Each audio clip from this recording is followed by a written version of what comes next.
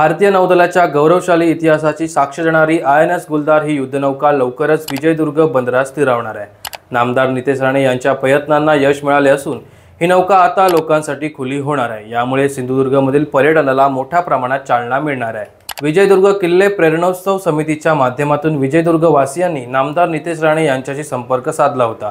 समितीचे संस्थापक अध्यक्ष राजीव परुळेकर यांच्या नेतृत्वाखाली मंडळाने महाराष्ट्राचे बंदर व मत्स्य व्यवसाय मंत्री तथा सिंधुदुर्गचे पालकमंत्री नामदार नितेश राणे यांची भेट घेतली होती। त्यांनी या नौकेला विजयदुर्ग बंदरात आणण्यासाठी आवश्यक ती सर्व पावले उचलण्याचे आश्वासन दिले होते। अखेर त्यांच्या अथक प्रयत्नामुळे ही नौका विजयदुर्ग बंदरासाठी मिळवण्यात यश आले आहे।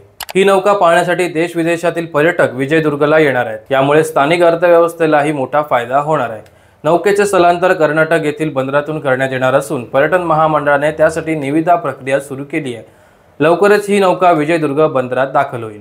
ही केवळ एक युद्धनौका नाही तर भारतीय नौदलाच्या सामर्थ्याचा साक्षीदार आहे।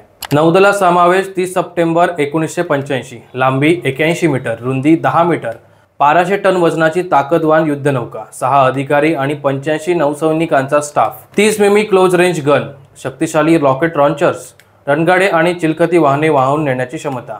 हे जहाज विविध नौदल मोहिमांमध्ये प्रभावीपणे सहभागी झाले आहे। युद्ध सुसज्जतेव्यतिरिक्त हे जहाज नैसर्गिक आपत्तीवेळी मदतकार्य, अडकलेल्या नागरिकांची सुटका आणि तत्कालीन साहित्य वितरणासाठी वापरले जाते। गुलदार हे नाव भारतीय बिबट्याच्या गुलदार प्रजातीवरून ठेवण्यात आले आहे, जे नौकेच्या वेग, ताकद आणि चपळतेचे प्रतीक आहे। INS गुलदार प्रथम आणि निर्भय या बोधवाक्याला साजेसे कार्य करत भारतीय नौदलाच्या सामर्थ्यात मोलाची भर टाकते। भारतीय नौदलाचे INS गुलदार ही केवळ युद्धनौका नसून सागरी संरक्षण, सामरिक सामर्थ्य आणि मानवतावादी सेवांचे एक प्रेरणादायी प्रतीक आहे। लवकरच ही नौका विजयदुर्ग बंदरात दाखल होईल, ज्यामुळे या ऐतिहासिक ठिकाणाचे महत्त्व आणखी वाढेल।